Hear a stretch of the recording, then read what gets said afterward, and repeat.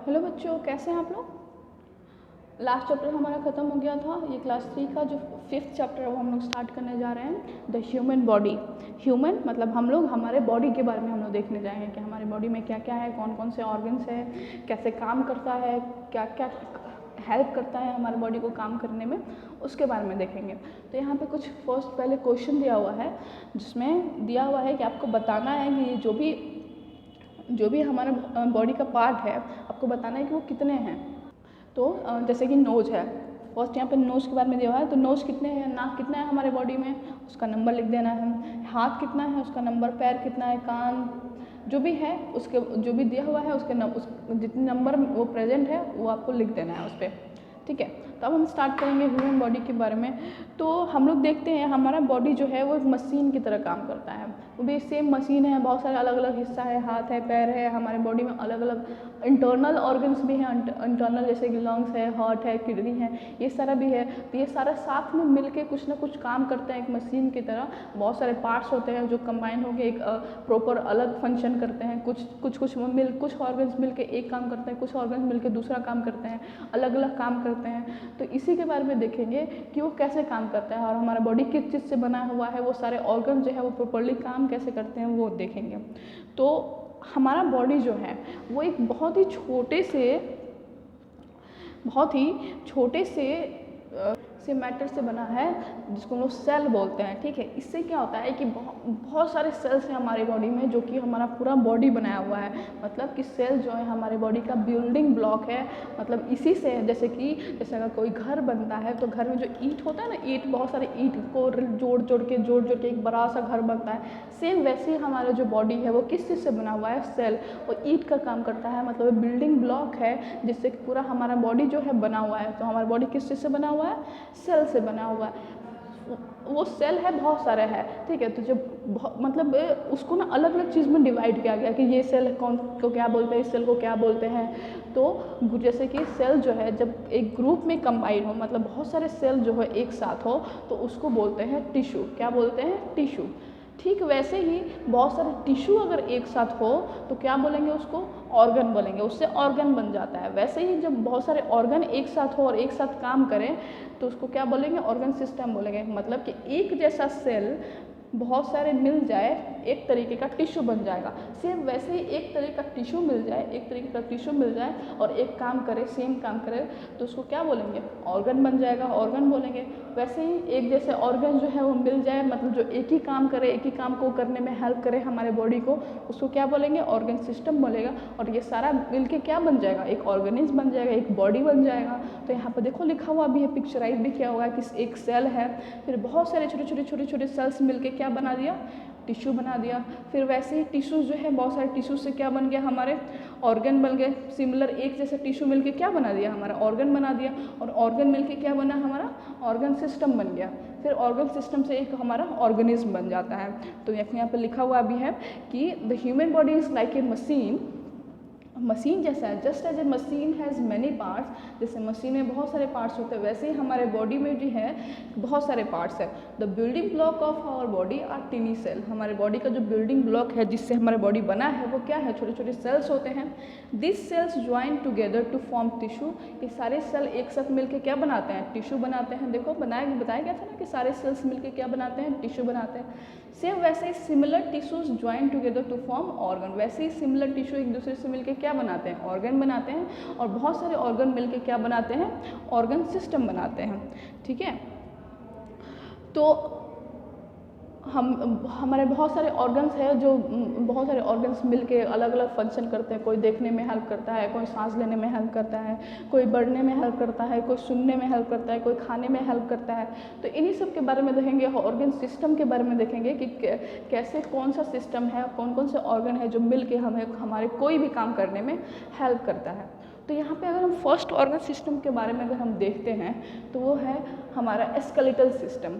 Skeletal system के बारे में हम देखेंगे कि ये भी एक ऑर्गन सिस्टम है। स्केलेटल सिस्टम एक ऑर्गन सिस्टम है। इसमें क्या होता है कि हमारे बॉडी में जितने भी बोन्स है, हड्डियाँ हैं, ये सारे कंबाइनली मिल के एक साथ मिल के हमारा स्केलेटल सिस्टम बनाते हैं। जितने भी बोन्स हैं, बोन्स मिल के क्या बनाता है, स्केलेटल सिस्टम बनाता है। तब देखो कि हमारे बॉडी में बोन है तभी तो हम लोग खड़े हैं, है ना। हमारे बॉडी, हमारा बोन्स है हमारे बॉडी में, तभी तो हमारे बॉडी में शेप है। नहीं तो अगर हड्डी नहीं होता तो हम लोग कैसे होते हैं।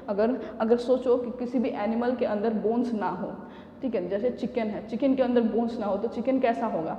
सेम वैसे ही हमारा बॉडी जो है एक साथ मिल के क्या करता है, हमारे बॉडी को शेप देता है, हमारे बॉडी को सपोर्ट देता है, हम लोग को मूव करने में हेल्प करता है, हमें सीधा खड़े होने में हेल्प करता है, वॉक करने में हेल्प करता है, चलने में हेल्प करता है।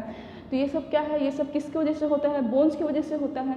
बोन्स ही है जिसकी वजह से हम लोग खड़े भी होते हैं, बोन्स ही है हम लोग हिलते डुलते, हम लोग झुकते हैं, हम लोग दौड़ते हैं, हम लोग चलते हैं, है ना। तो ये सब क्या है, और साथ साथ ये तो बाहर का हो गया, हम लोग के मूवमेंट में हेल्प करने का। बोन्स जो होते हैं वो हमारे जो इंटरनल ऑर्गन्स होते हैं, जैसे कि लंग्स है, हार्ट है, किडनी है, ये सब क्या है, इन सब को भी तो काफ़ी वो होते हैं ना, डेलिकेट होते हैं, तो उनको बचाने में भी ये हेल्प करते हैं। बोन्स जो है उनको क्या करते हैं, उसको प्रोटेक्ट करने में भी हेल्प करते हैं। तो बोन्स देखो कितना इंपॉर्टेंट है। और ये किस चीज़ में आता है, कौन से सिस्टम में आता है, स्केलेटल सिस्टम में आता है। जैसे कि बोन जो है हमारे ब्रेन को प्रोटेक्ट करता है, जैसे कि खोपड़ी, हमारा सर है, स्कल है, इसको स्कल बोलते हैं, खोपड़ी बोलते हैं, इसके अंदर हमारा ब्रेन होता है। वो क्या करता है, उस ब्रेन, वो जो स्कल है वो किसको प्रोटेक्ट करता है, ब्रेन को प्रोटेक्ट करता है। The ribs protect the heart and the lungs, जो भी बाती है, जो रिब्स है, ये वाला पोर्शन देखो, यहाँ पर देखो, अगर पिक्चर आप लोग देखोगे तो ऊपर देखो, ये क्या है, ये स्कल लिखा हुआ है यहाँ पे, है ना। ये वाला पोर्शन देखो, ये वाला क्या है, ये रिब्स है, बाती है, ये क्या करता है, इसके अंदर लंग्स होते हैं, हार्ट होता है, उसको प्रोटेक्ट करता है। ये जो लंबा लाइन दिख रहा है ऐसे, ये क्या है, ये बैकबोन है, ठीक है। यहाँ पे देखो ये सब जॉइंट्स है, तो ये सारे क्या है, ये सारे हमारा पूरा स्केलेटल सिस्टम है, इसके अंदर ये सारे बोन्स इंक्लूडेड है। तो ये हमारे ऑर्गन्स को भी प्रोटेक्ट करते हैं, साथ साथ में हमें चलने में हेल्प करते हैं, हमें खड़े होने में हेल्प करते हैं, दौड़ने में हेल्प करता है, हमारे बॉडी को सपोर्ट करता है, उसके साथ साथ हमारे बॉडी को शेप भी देता है ना। तो अब पूछो कि आप लोगों को तो पहले से ही पता है कि हमारे बॉडी में टोटल कितने बोन्स होते हैं। हमारे बॉडी में टोटल 206 बोन्स होते हैं। कितने बोन्स होते हैं, 206 बोन्स होते हैं, ठीक है। तो ये तो हो गया हमारे बोन्स के बारे में कि बोन्स जो है और कौन से सिस्टम को इंक्लूड करता है, स्केलेटल सिस्टम। कौन से सिस्टम में होता है बोन्स, स्केलेटल सिस्टम में। तो ये तो बोन्स के बारे में हो गए कि बहुत सारे बोन्स होते हैं। कितने टोटल बोन्स होते हैं, 206 बोन्स होते हैं हमारे बॉडी में, जो कि हमें स्ट्रेट होने में हेल्प करता है, हमारे बॉडी को शेप देता है, हमारे बॉडी को सपोर्ट करता है, साथ साथ में चलने में हेल्प करता है। उसके साथ साथ और इम्पॉर्टेंट फंक्शन क्या है इसका, कि जो भी हमारे बॉडी का इंटरनल ऑर्गन है, बॉडी के अंदर जो ऑर्गन हमें नहीं दिखता है, जो बॉडी के अंदर है, जो डेलिकेट ऑर्गन है, जो बहुत ही ज़रूरी है हमें जीने के लिए, उसको क्या करता है, उसको प्रोटेक्ट करता है, उसको बचा के रखता है, ताकि अगर मान लो कि अगर कुछ एक्सीडेंट वगैरह हो जाए, जो भी अगर हार्म हो हमारे बॉडी को, तो बोन्स को हो, उन ऑर्गन्स को ना हो, ठीक है। वो सारे जैसे कि लंग्स है, लंग्स से हम लोग सांस लेते हैं, तो लंग्स हमें सांस लेने में हेल्प करता है। तो सोचो कि अगर हम लोग लड़ाई कर रहे हैं और हमारा फ्रेंड जो है वो हमारे चेस्ट पे मार दे, ठीक है, तो मार देगा तो वो हमारा लंग्स डैमेज हो सकता है ना, हमारे लंग्स को चोट लग सकता है। लेकिन उसको चोट नहीं लगता है, किसको चोट लगता है, उस पर जो हड्डी होता है उसको चोट लगता है, वहाँ पे चोट लगता है। तो सोचो अगर वो बोन नहीं होता तो सीधे लंग्स पे लगता, और लंग्स तो काफ़ी सॉफ्ट मुलायम होता है, ठीक है। तो उससे क्या होता है कि वो तो ख़राब हो जाएगा, वो डैमेज हो जाएगा। तो उस डैमेज, अगर लंग्स डैमेज हो जाएगा तो क्या हम लोग सांस ले पाएंगे, नहीं ले पाएंगे। तो उसको कौन बचाता है, वो हड्डी, जो बोन्स है, जो रिब्स है, जो बाती है, वो उसको प्रोटेक्ट करता है। उसके ऊपर रिब्स होते हैं, रिब्स का कवरिंग होता है लंग्स के ऊपर, जो क्या करता है, हमारे लंग्स को प्रोटेक्ट करता है, बचा के रखता है, क्योंकि लंग्स जो है बहुत ही इंपॉर्टेंट है हमारे बॉडी के लिए। वैसे ही टोटल कितने बोन्स होते हैं हमारे बॉडी में, 206 बोन्स होते हैं। मतलब हमारा स्केलेटल सिस्टम कितने बोन्स को कंसिस्ट करता है, तो 206 बोन्स को कंसिस्ट करता है। तो ये तो हो गया हमारे स्केलेटल सिस्टम के बारे में। सेम वैसे ही है दूसरा सिस्टम है जिसका नाम है मस्कुलर सिस्टम। मस्कुलर सिस्टम क्या होता है, मतलब कि जितने भी मसल्स होते हैं, मतलब कि बोन्स के ऊपर होते हैं मसल्स, और हमारा जो स्किन है, स्किन के नीचे होते हैं मसल्स, ठीक है। तो जो भी मसल्स है हमारा वो उसको इंक्लूड करके हमारा बनता है मस्कुलर सिस्टम।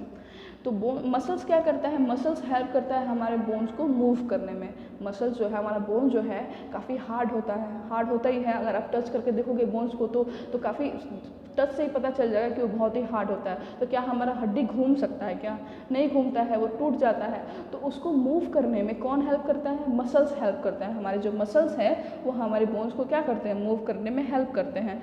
मतलब जो अगर हम चलते भी हैं तो हमारे बोन्स एंड मसल्स दोनों मिल के हेल्प करते हैं हमें चलने में। सिर्फ अकेले बोन्स नहीं, बोन्स भी ज़रूरी है और मसल्स भी ज़रूरी है। अगर बोन्स हो मसल्स ना हो तो भी हम मूव नहीं कर पाएंगे, और सिर्फ मसल्स हो बोन्स ना हो तो हम तो खड़े ही नहीं हो पाएंगे, तो मूव कैसे करेंगे? ठीक है, तो मसल्स भी काफ़ी इंपॉर्टेंट है हमें मूव करने में। मसल्स क्या होता है? काफ़ी फ्लैशी होता है, बैंड होता है, हमारे पूरे स्केलेटन को क्या करता है? कवर करता है। हमारा स्केलेटन मतलब क्या होता है? जो हमारे बॉडी का फ्रेमवर्क होता है, ढांचा होता है, उसको बोलते हैं हम लोग स्केलेटन। ये जो पूरा पोर्शन दिख रहा है ना, ये वाला, ये क्या है? ये पूरा हमारा है स्केलेटन। ठीक है, और स्केलेटन में सारे किससे बने हैं? बोन से बना हुआ है, और मसल्स भी है इसके अंदर। तो हमारे जो बोन्स है वो हम मतलब जो मसल्स है हमारे पूरे स्केलेटन को क्या करता है? कवर करके रखता है। कुछ मसल जो है वो अपने आप मूव करते हैं।